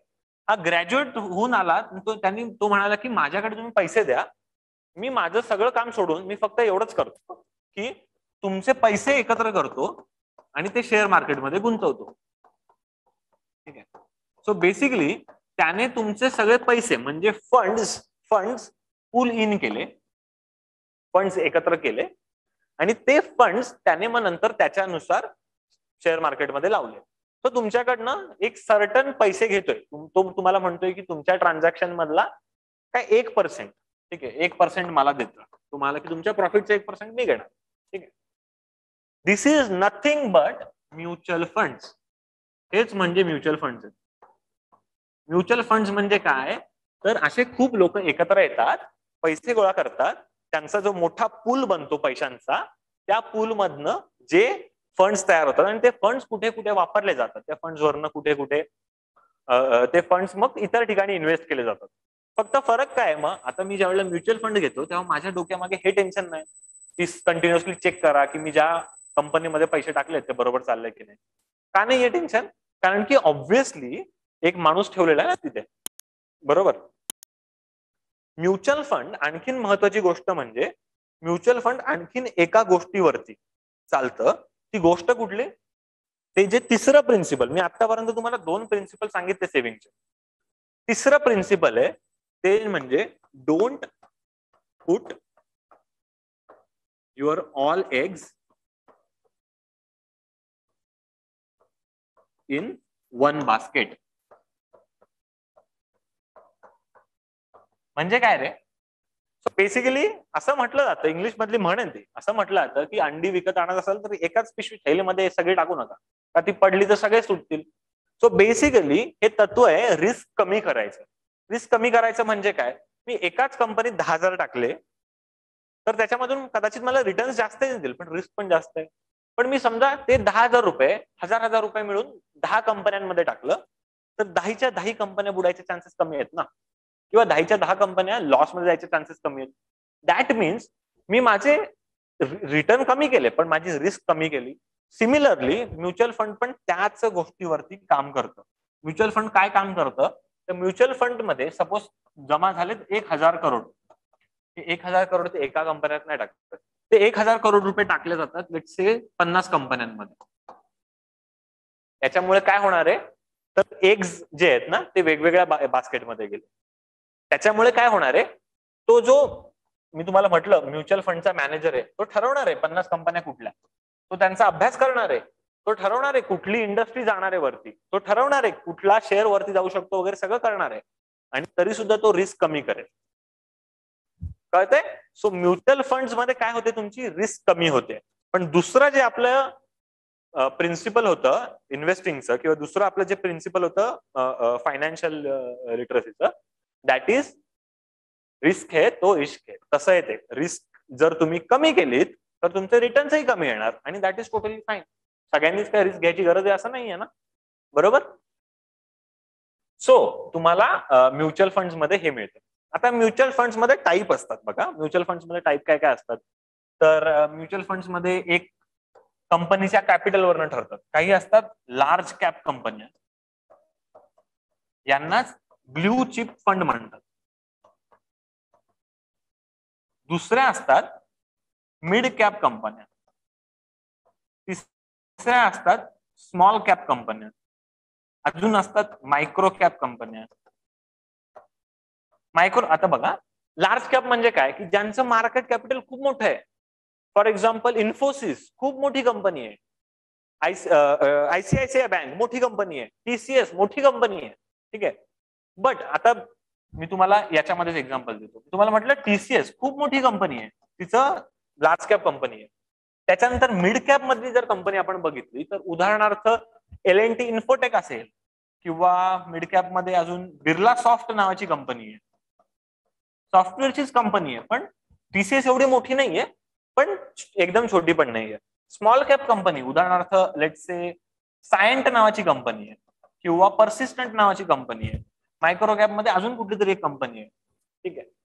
आता लक्षात घ्या, जी टीसीएस आहे ना तिची वाढ आहे ना ती एक स्टॅबिलाइज व्हायला लागते. जशी कंपनी मोठी होत जाते ना तशी त्याची वाढ थांबते, कमी होते, ठीक आहे. म्हणजे जर समजा टीसीएसचा जर ग्राफ आपण बघितला, टीसीएसचा ग्राफ साधारणतः आता असा झालेला, असणार आहे. मिड कॅपचा जर ग्राफ आपण बघितला तर साधारणतः असा झालेला असणार आहे.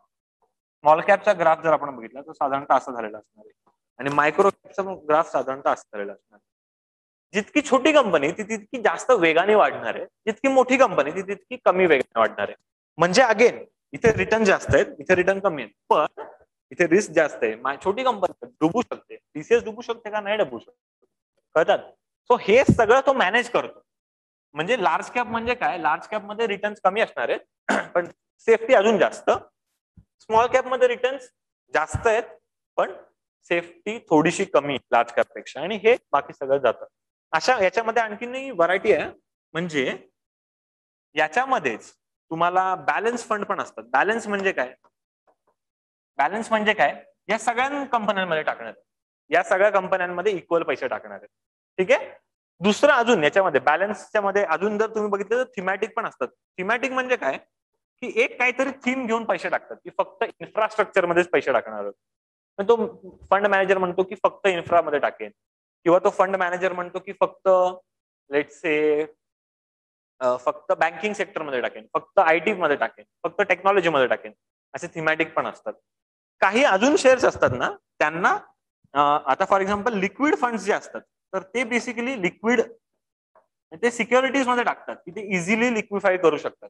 ठीक आहे, त्यांचे रेट्स फार कमी असतात पण ते म्हणजे त्यातल्या त्यात ते बेटर परफॉर्मिंग असतात rather than fixed deposit. So mutual fund असं काम करतात. ठीक आहे, म्युच्युअल फंड्स वरती काही डाऊट्स असतील तर प्लीज विचारा, आपण लगेच त्याच्यावरती बोलू.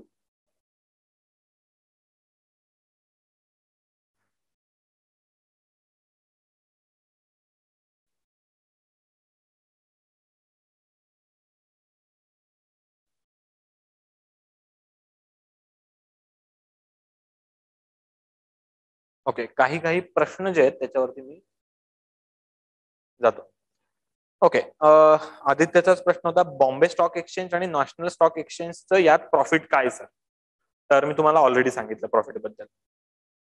स्टोरी मोटिवेशन म्हणून कोणतरी विचारते, sir please can you guide something about value investment? Okay, आपण शेवटाकडे बोलू व्हॅल्यू इन्व्हेस्टमेंट बद्दल, बट बेसिकली आपल्या टॉपिकच्या पुढचं आहे पण आपण त्याच्यावरती बोलूया. ओके, अजून sir please can you guide something? Okay, if company gets under bankruptcy then problem आहे ना. बघा, कंपनी बँकरप्सी मध्ये गेली किंवा कंपनीचे परफॉर्मन्स खूपच कमी झाले तर काय होणार आहे? तर लोक म्हणतील आम्हाला शेअर्स नकोय, तर ते सगळे सेलर्स येणार आहेत. ठीक आहे, आणि सेलर्स आल्यानंतर ते कंपनी ते देणार बेसिकली विकायला जास्त येते, म्हणजे सप्लाय वाढला याचा अर्थ कंपनीचा शेअर पडायला लागेल. उद्याचं उदाहरण तुम्हाला देतो, ते म्हणजे वोडाफोन इंडिया लिमिटेड. वोडाफोन आणि आयडिया हे एकत्र येऊन त्यांनी त्या कंपनीचं नाव बदलून VI केलं, बरोबर? VI कंपनी बनली. याचा शेअर एकेकाळी ट्रेड करत होता जवळजवळ 85 रुपयाला, 2018च्या अगोदरची गोष्ट आहे. आज त्या शेअरची किंमत आहे 8 रुपये. ठीक आहे, तो शेअर खाली पडत पडत पडत आला. ठीक आहे ना. सो असं होऊ शकतं, आणि ते तुम्हाला तेच तर म्हणून तर मी तुम्हाला म्हटलं की हा सट्टा नाहीये. हे काय अचानक रात्रीत नाही होणार आहे. तुम्हाला असं रात्रीत नाही कळणार आहे की वोडाफोननी काहीतरी गडबड केली. ते तुम्हाला कंटिन्युअसली दिसत असतं की अरे जिओ आलं, अरे आता जिओने मार्केट कॅप्चर करायला चालू केलं, तुम्हाला दिसते अरे सगळ्यांनी जिओ घेतलेत आणि तरी तुम्ही वोडाफोनवर विश्वास ठेवताय, तर दॅट इज अ प्रॉब्लेम ना. That is your problem. मार्केटनी काही प्रॉब्लेम नाही केलेला आहे. एक नियो म्हणून कोणाचं तरी. Okay sir, can you refer some books to build a general understanding in economics? It is very interesting book called Freakonomics. Freakonomics नावाचं एक बुक आहे, खूप इंटरेस्टिंग बुक आहे. फ्रीकोनॉमिक्स नावाचं बुक आहे, खूप इंटरेस्टिंग बुक आहे. तो या बुकचं तुम्हाला इंटरेस्टिंग आहे म्हणजे because it is basically economics for freaks. Freakonomics नावाचे खूप छान पुस्तक आहे, ते तुम्हाला फायद्यात देईल. या इफ कंपनी, बोललो मी ऑलरेडी, इंट्राडे मध्ये लोक लॉस का करतात? ओके, इंट्राडे काय असतं हे सांगायला पाहिजे. सो तुमच्या लक्षात येईल की मी एवढ्या याच्यामध्ये कुठेच ट्रेडिंग हा शब्द नाही वापरला. मी तुम्हाला इन्व्हेस्टमेंट बद्दल म्हटलं. फायनान्शियल लिटरसी मध्ये मी तुम्हाला इन्व्हेस्टमेंट बद्दल म्हटलं, ट्रेडिंग बद्दल नाही म्हटलं. का नाही म्हटलं? Because trading, I consider trading is a profession, investment is not a profession. म्हणजे काय? तर ट्रेडिंग हे काय आहे? हे डे टू डे जॉब आहे. तुम्हाला दिवसातले 10 तास 4 तास त्याच्यामध्ये लक्ष द्यायचंय. इन्व्हेस्टमेंटला दिवसातले 4 तास रोज नाही द्यायचे लक्ष. सो प्रोफेशन बनून जातं ट्रेडिंग. इंट्राडे म्हणजे काय? ट्रेडिंग म्हणजे काय? त्याच दिवसामध्ये शेअर विकत घेऊन त्याच दिवशी विकणं. सो बेसिकली काहीतरी सपोज इंडेक्स लेट्स से अशी काहीतरी चालू आहे. ठीक आहे, अशी काहीतरी इंडेक्स चालू आहे. तुम्ही इथे विकला किंवा इथे विकत घेतला, इथे विकला, इथे विकत घेतला, इथे विकला, इथे विकत घेतला, इथे विकत घेतला, इथे विकला, इथे विकला, इथे विकला, इथे विकत घेतला, इथे विकत घेतला, इथे विकला, असं तुम्ही कंटिन्युअसली करत राहिले. दर 5 मिनिटांनी तुम्ही काहीतरी ऑर्डर देताय. ठीक आहे, आणि at the end of the day तुमचं कॅल्क्युलेट होतंय की तुमचे नंबर ऑफ बाईज किंवा टोटल नंबर ऑफ बाय किती आहेत आणि टोटल नंबर ऑफ सेल किती आहेत. या ऑर्डरचं टोटल करून तुमच्या दिवसाचा प्रॉफिट का लॉस कॅल्क्युलेट केला जातो. ठीक आहे, आता हे तुम्हाला कंटिन्युअसली करायचं काम आहे. हे काय असं होणार नाहीये की 5 मिनिटं केलं आणि झालं किंवा 15 मिनिटं केलं आणि झालं, असं नाही होणार आहे. तुम्ही समजा इन्व्हेस्टमेंट करायचंय म्हणजे लॉंग टर्म साठी करताय, त्यावेळेला तुम्ही 10 मिनिटासाठी 15 मिनिटासाठी लेट्स से तुम्ही लक्ष दिलं की तुम्ही पोर्टफोलिओ डिझाईन केला, पोर्टफोलिओ बनवला आणि विसरून गेलात. 6 महिने 5 वर्ष असं विसरून गेलात तर तुम्हाला प्रॉफिट मिळणार आहे. बट इंट्रा डे साठी तुम्हाला 15 मिनिटं 20 मिनिटं कंटिन्युअसली लक्ष द्यायचंय रोज, किंवा 5 तासही लक्ष द्यायचंय. So that is the problem. So intra day मध्ये लॉस का सहन करतात मी मुद्दाम उत्तर देत नाहीये. का? कारण की मी purposefully intraday transaction, intraday बद्दल काहीही आज डिस्कस केलं नाही. Why? Because that is not our subject of discussion. ठीक आहे.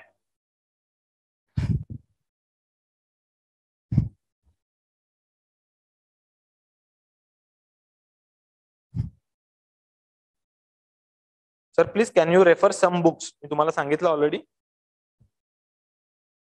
Sir, please can you refer books? I have already told you. This Freakonomics is very interesting book.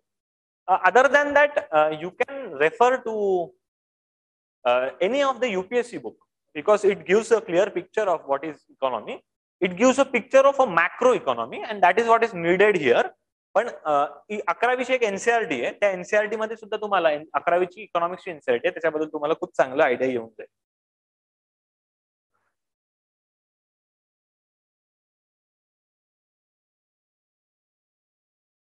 आणखीन एक प्रश्न की व्हीआय डब्यात जाणार असेल तरी काही लोक घेऊन ठेवलेले असतात, ते का लोक घ्यायला सांगतात?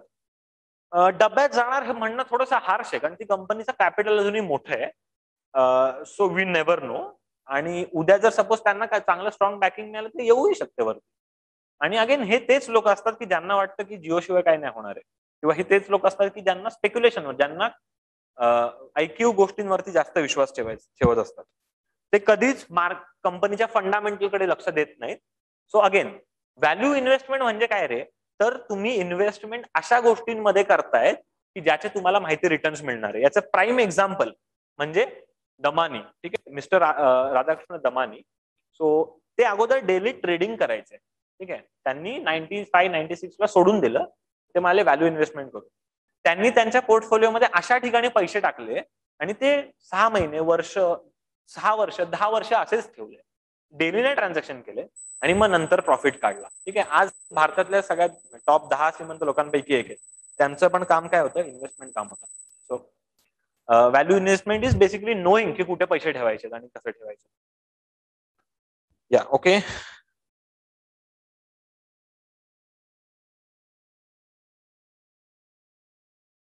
आदित्य, मला प्रश्न नाही कळाला तुझा. Contribution of stock market or this share market area in GDP, मला हे नाही कळाला प्रश्न, जरा प्लीज परत विचारा.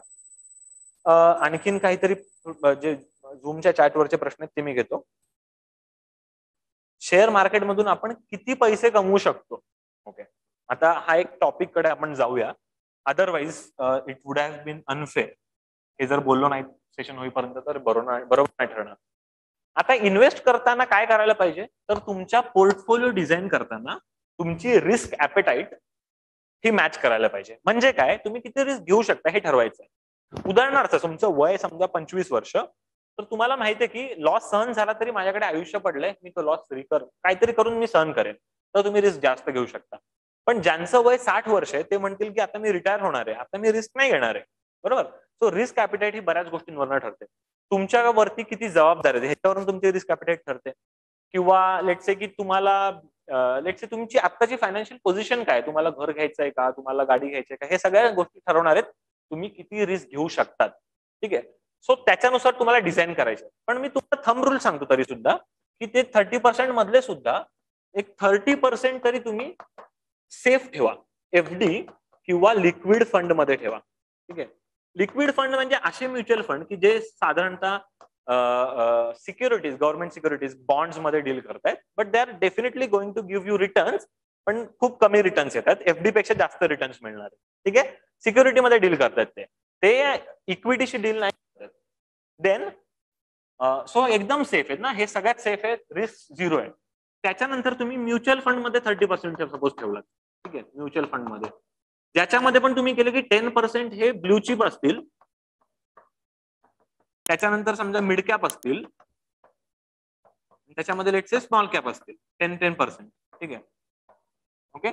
देन 30% जे आहेत ते तुम्ही समजा शेअर मार्केटमध्ये टाकले, आणि शेअर मार्केटमध्ये पण समजा तुम्ही blue chip share, blue chip, आता हे लार्ज कॅप आहे मला म्हणायचं होतं, पण ब्ल्यू चिप कंपन्यांमध्ये टाकलात, मिड कॅप मध्ये टाकलात म्हणजे रिस्क प्रोफाईल जास्त, स्मॉल कॅप मध्ये टाकलात रिस्क प्रोफाईल अजून जास्त, आणि मायक्रो कॅप मध्ये टाकलात किंवा पेनी स्टॉक्स असतील. सो बेसिकली मायक्रो कॅप मध्ये ह्यांची सगळ्यात जास्त रिस्क आहे, यांची सगळ्यात कमी रिस्क आहे. पण तुम्ही लक्षात येते का, तुम्ही तुमची रिस्क मॅनेज करत गेलात. You are not putting all your eggs in all one basket, you have divided the risk. This is law of average working for you. ठीक आहे, and that is going to help you.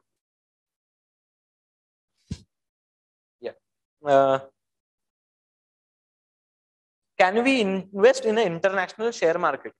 Now you can. आधी नव्हतं, या महिन्यापासून तुम्ही करू शकता, अगोदर पासून नव्हतं, पण तुम्ही करू शकता, डेफिनेटली करू शकता, का नाही? पण अगेन तुम्हाला जर इंडियन शेअर मार्केट जर समजत नाहीये तर तुम्ही बाहेर का जातायत, आणि तुम्हाला रिस्क कमी करायची तर म्युच्युअल फंड्स मध्ये जा. And the whole point is, आता लक्षात घ्या, शेअर मार्केटमध्ये इन्व्हेस्टमेंट गरजेची काय आहे, तर आपल्या देशामध्ये जो काही एम्प्लॉयमेंट तयार होणार आहे, ठीक आहे, ते आपल्या कंपन्या तयार करणार आहेत. तर आपण आपल्या कंपनी, आपल्या जे फायदा, आपल्या देशाच्या फायद्याचे जे त्यांच्यामध्ये पैसे टाकायला पाहिजे, बरोबर ना? दुसरी महत्वाची गोष्ट म्हणजे तुम्ही ते कंट्रोल करू शकता. तुम्ही फॉरेन मधले लॉसेस नाही कंट्रोल करता येणार. सेबी ही जी इन्स्टिट्यूट आहे ती तुम्हाला इंडियामध्ये वाचवणार आहे, बाहेर तुम्हाला जे होईल त्याच्यासाठी नाही वाचवणार आहे.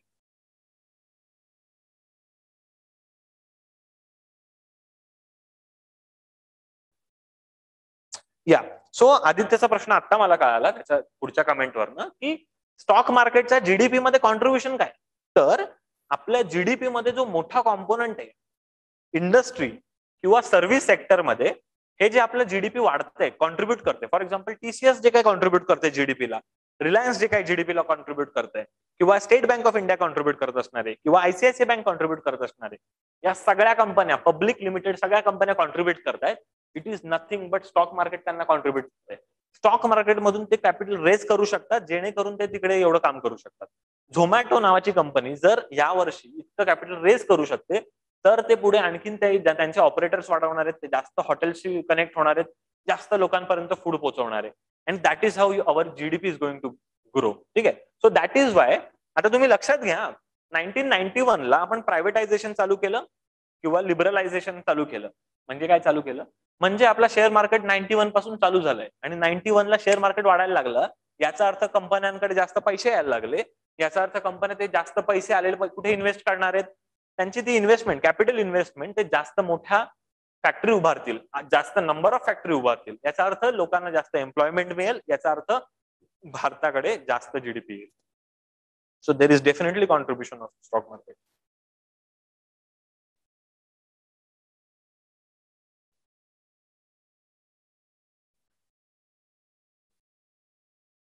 ओके ओके, मला चॅट बॉक्समध्ये काही काही खूप डिटेलमध्ये प्रश्न येतात, आणि मी ते मुद्दाम आन्सर नाही करत आहे. का नाही करत आहे, याचं काही कारण आहे. का म्हणजे आपलं तुम्ही टॉपिकचं नाव बघा, we are dealing with financial literacy.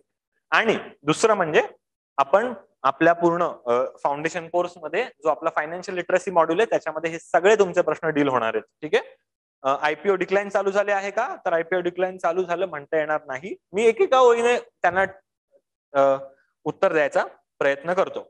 Operators stocks जे आहे त्याच्याबद्दल आपण ते आता ते बोलून आपल्याला बराच वेळ जाईल, आता मी त्याच्याबद्दल बोलत नाहीये. ते फंडामेंटल्स मध्ये मात्र डेफिनेटली येत नाही.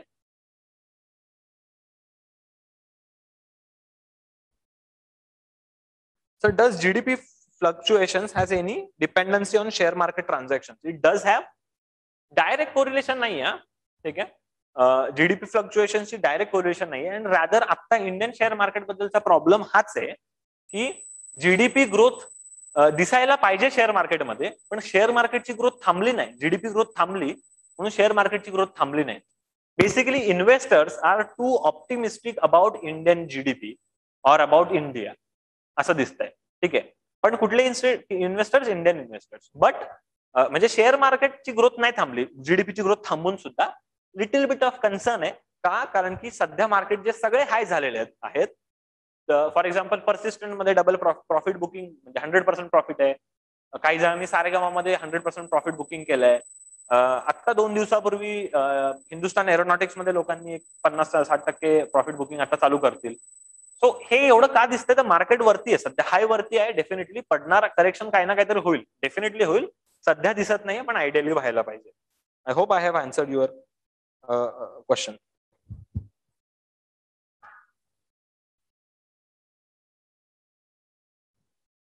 हा, मी ऑलरेडी आन्सर केलेलं आहे आय थिंक की या it can crash but we can definitely say so. Sir explain liquid fund again. I think I just done it. आणि येस वैष्णव, आपण आपल्या फायनान्शियल लिटरसीच्या मॉड्यूलमध्ये हे डिटेलमध्ये डेफिनेटली बोलणार आहोत. Now there is somebody asking questions about crypto currency. ठीक आहे, की क्रिप्टो करन्सी मध्ये इन्व्हेस्ट करायला पाहिजे की नाही करायला पाहिजे. 2 प्रॉब्लेम आहेत. एक, टू मच रिस्क. का too much risk? There is no underlying asset to it. For example, share मार्केटमध्ये तुम्हाला माहिती आहे की ती कंपनी आहे तिथे, झोमॅटो नावाची कंपनी आहे, लोक काहीतरी करतायत. ठीक आहे. क्रिप्टो करन्सी कशावर पेक्ड आहे? Nobody knows. Is government backing it? No government is backing it. Some government say Venezuela, Colombia वगैरे वगैरे करतायत. You know there is no point to it. One. Second important thing is that the crypto is linked with lot of such activities. For example, सध्या असं बाहेर येते की तालिबानांना crypto मधनं फंडिंग होते, which is a worrisome thing. So we don't know. त्याच्यामुळे ती खूप वोलाटाईल आहे, त्याच्यामुळे ती खूप रिस्की आहे. ठीक आहे. But if you want to have that risk in your life, you can. Okay. Crypto बद्दल म्हणून मी अगेन खूप डिटेलमध्ये नाही बोलत आहे, कारण की नाऊ म्हणजे आता एवढ्याशा वेळामध्ये आपण ते नाही बोलू शकणार.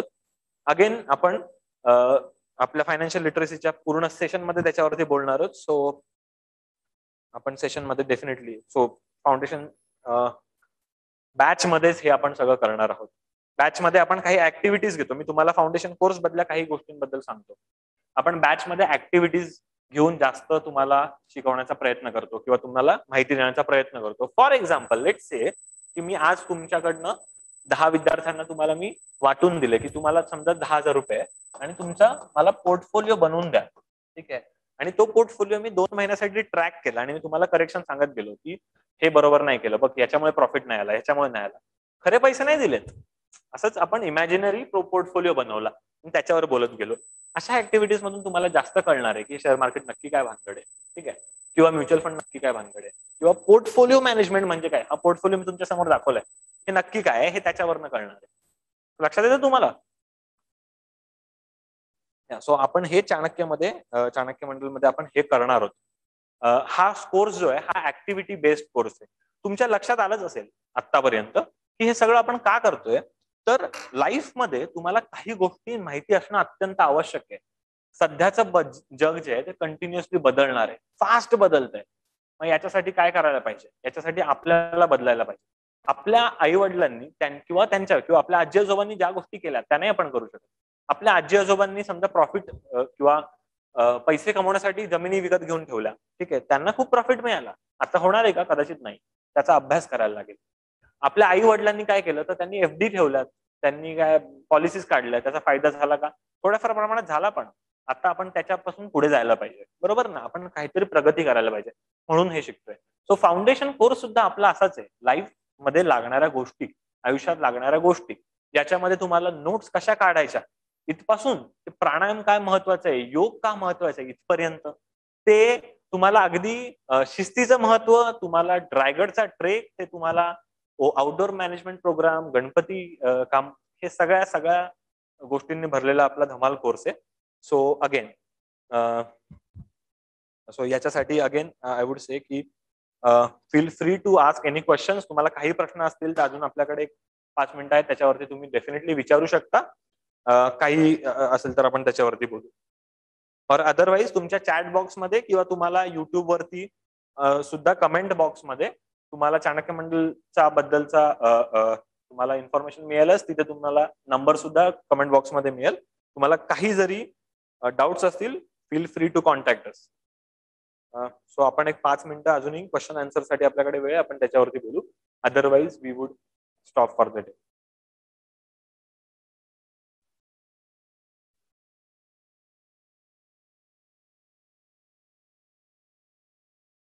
ॲज यू कॅन सी कमेंटमध्ये एक आदित्य जो आपलाच फाउंडेशन बॅच 2017चा स्टुडंट होता, त्याने जे म्हटलं की foundation is must to join.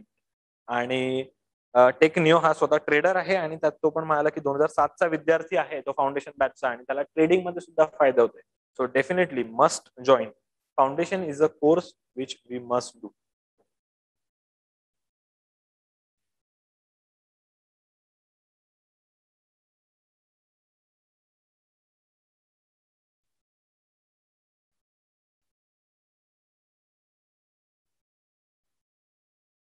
Yes. Anything काही डाऊट असेल तर प्लीज विचारा. झूम वरती जेवढे पण आहेत ते पण प्लीज काही डाऊट असतील तर प्लीज विचारा.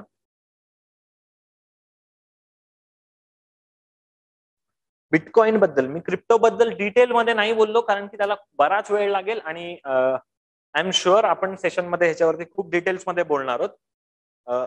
ओके, आणखीन एक जस्ट क्वेश्चन आलेला. मी इथे तुम्हाला म्हटलं पेनी स्टॉक काय असतात. ज्या शेअर मार्केटमध्ये ज्या स्टॉक्सची किंमत फार कमी असते, फॉर एक्झाम्पल 2 रुपयाला शेअर आहे, 10 रुपयाला शेअर आहे, 40 रुपयाला शेअर आहे, ह्यांना पेनी स्टॉक म्हणतात. पेनी म्हणजे चिल्लर. ठीक आहे, इंग्लिशमध्ये पेनी म्हणजे चिल्लर.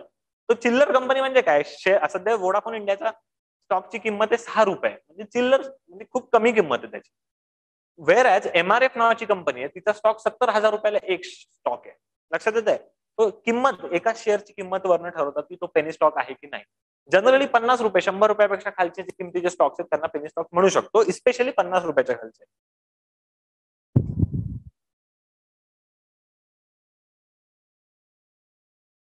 उदाहरणार्थ PNB पंजाब नॅशनल बँकेचा स्टॉक सुद्धा पेनी स्टॉक्स मध्ये सध्या मोजू शकतो.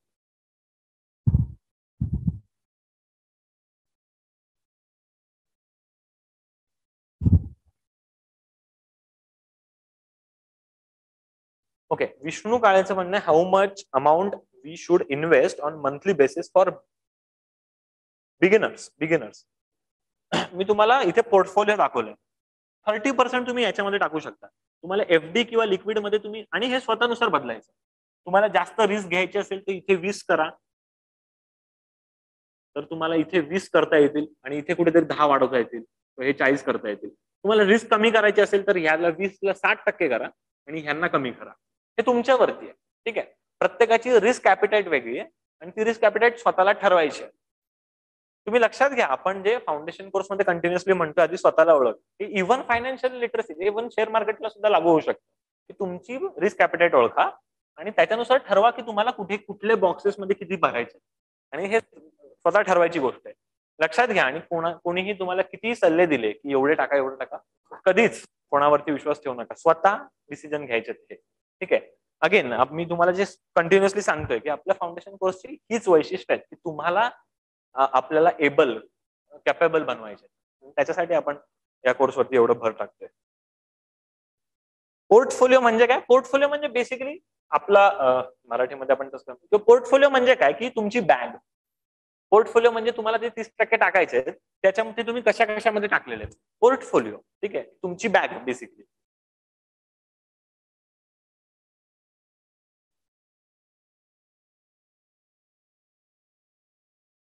मयूरचा जो प्रश्न आहे, very interesting question. Why very small number of women in trading and how to improve it. Unfortunate. Again unfortunate आहे. आणि काय आहे तर याचं कारण म्हणजे आपल्याकडे अजूनही आपल्या सोसायटीमध्ये, आपल्या लेबर मार्केटमध्ये, आपल्या सगळे आपल्या पूर्ण सोसायटीमध्ये अजूनही विमेनला त्यांची जी पोझिशन आहे, जी त्यांना असायला हवी, ती नाही मिळत आहे. ठीक आहे. लेबर मार्केटमध्ये पण तुम्ही बघा ना की कंपन्यांच्या डिरेक्टर्स बघा, 10 पैकी एखादी डिरेक्टर विमेन असते. काय आहे प्रॉब्लेम? हा सोसायटीचं मिरर येते आणि ते सोसायटी बदलत नाही तोपर्यंत ते बदलणार नाही. बट बिंग सेड दॅट आता प्रगती होते आहे. डेफिनेटली खूप भरपूर महिला येत आहेत. मी तुम्हाला एक जस्ट युट्यूब चॅनल सांगतो. एक रचना रानडे नावाचे एक CA आहेत, त्यांचे युट्यूब चॅनल आहे, त्याच्यावरती तुम्हाला दिसेल. सो असं नाहीये की ट्रेडर्स नाहीच आहेत, पण कमी आहेत, पण डेफिनेटली नंबर वाढतोय. But good question Mayur. Okay, so I think we should stop for the day. We should wait for the yeah, we can call it a day. And परत तुम्हाला भेटूयातच आपल्या फाउंडेशन कोर्समध्ये, ज्या कोर्समध्ये तुम्हाला फायनान्शियल लिटरसी सकट अशा असंख्य धमाल विषयांशी आपण बोलतो आणि तुम्हाला बरंचसं शिकायला मिळतं. अगेन तुमच्या चॅट बॉक्समध्ये जो आपला नंबर आहे त्याचा तुम्ही घेऊन ऍडमिशनसाठी कॉल करू शकता. So thank you so much.